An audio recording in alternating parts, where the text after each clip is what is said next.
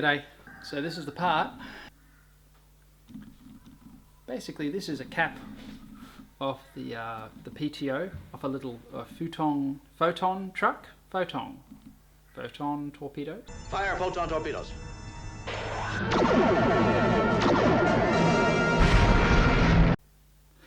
Anyway, this is made out of pure 100% unadulterated unattanium, and that's why we're here. It's cracked through there, and just looking at this whole design, it's a bit on the light side. And so basically my job is I need to recreate, not this exactly, but something that'll do this thing's job. Let's get on with it.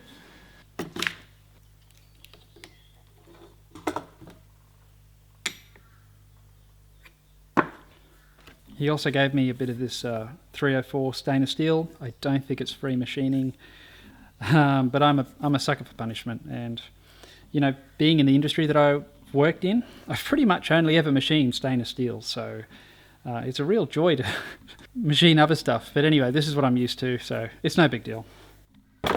Really hard to get those nice, you know, Curtis chips, if you know what I'm talking about.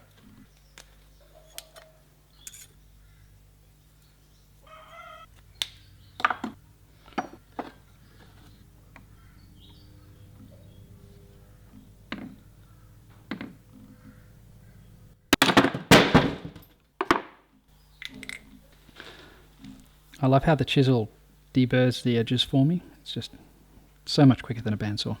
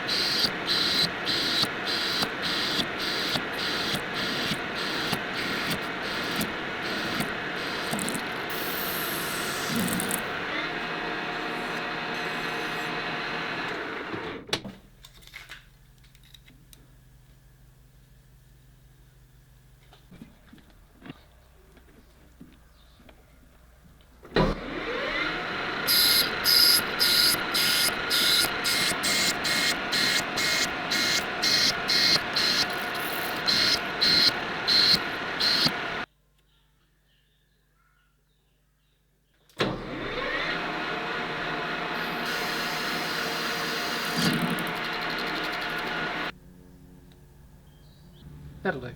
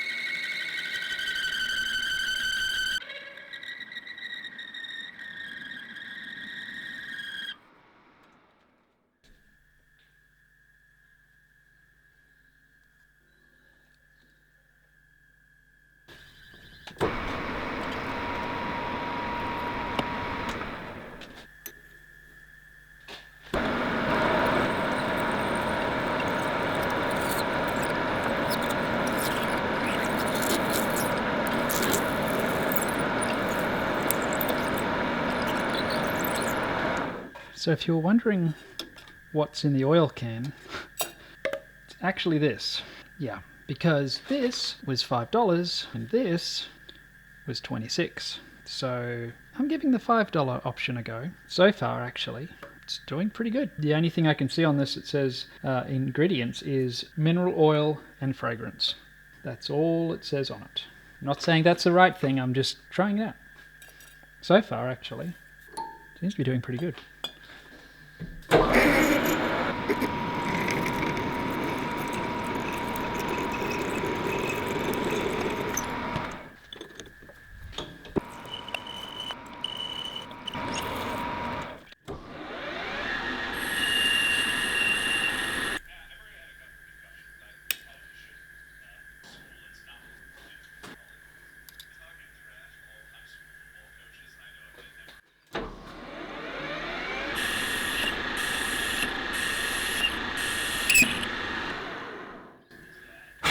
What the heck happened then?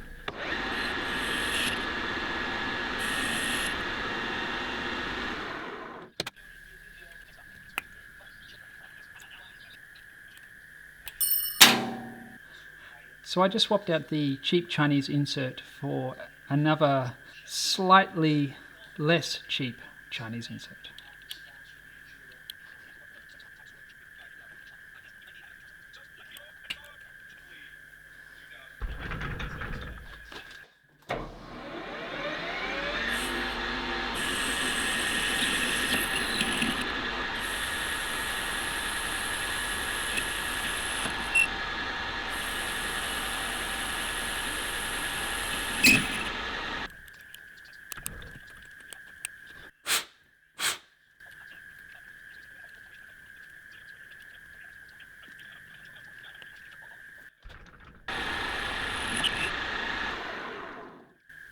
Ooh. Oh, that is the GO right there. Oof. Oh, that's nice.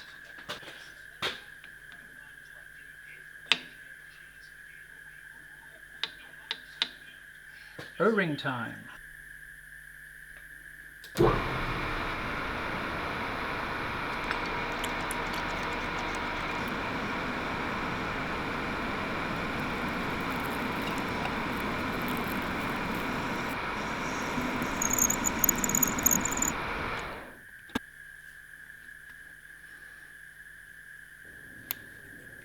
Oh, yes. We're in.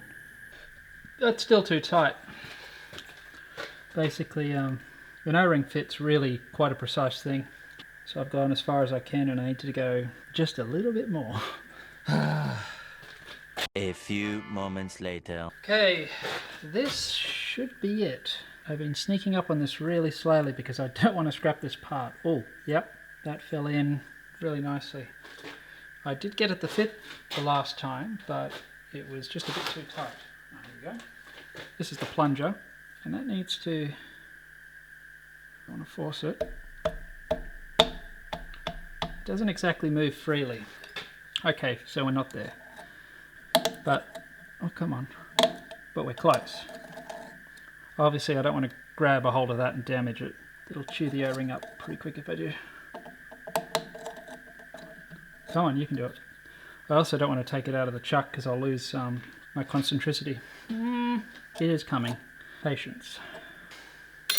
A few inches later. Yeah, maybe.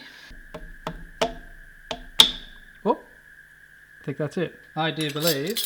There we go. That's what we're after. Bit of resistance, but it does move, which means it shouldn't leak any oil. Now I'm a little bit concerned about how rough this O-ring groove is around here. Yeah, I might just put a thin file around that and just try to smooth it out. And I do believe that is all of the lathe work done. Yay! Well, I think I can take this out now. Next we've got to drill some holes and mill a slot, and this part is done.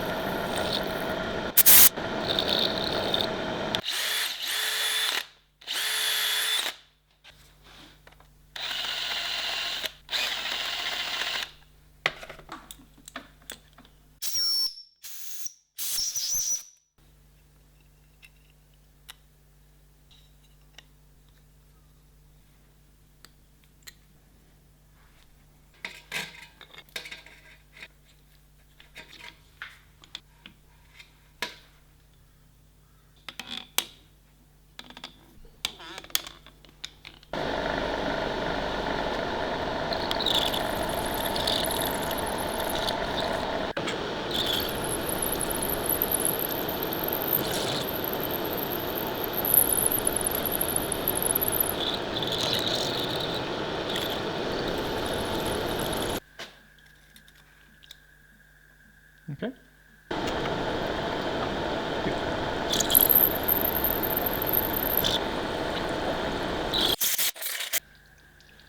In the original part, this groove comes right down and nearly touches that O-ring groove. And my concern is that I put the O-ring groove in the wrong spot, because this probably still make it work by changing the geometry of the lever that pushes on the little plunger. What I can't change is if I go too far and wreck that O-ring groove. It's a little bit nerve-wracking. I don't want to take it out and lose my spot.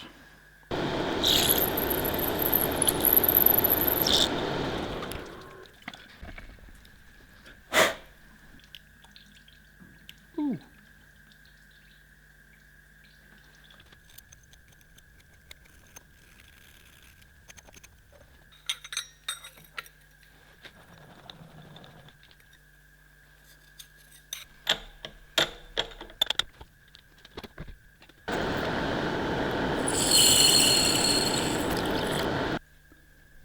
Hey Aaron. Hi. Is that milk? Yes. Can I drink it? No. Why? It's expired. Dang it!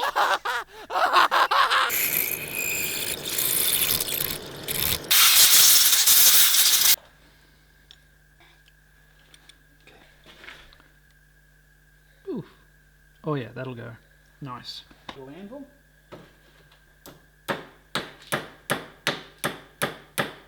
Well, that was a lot of work, but a bit of fun.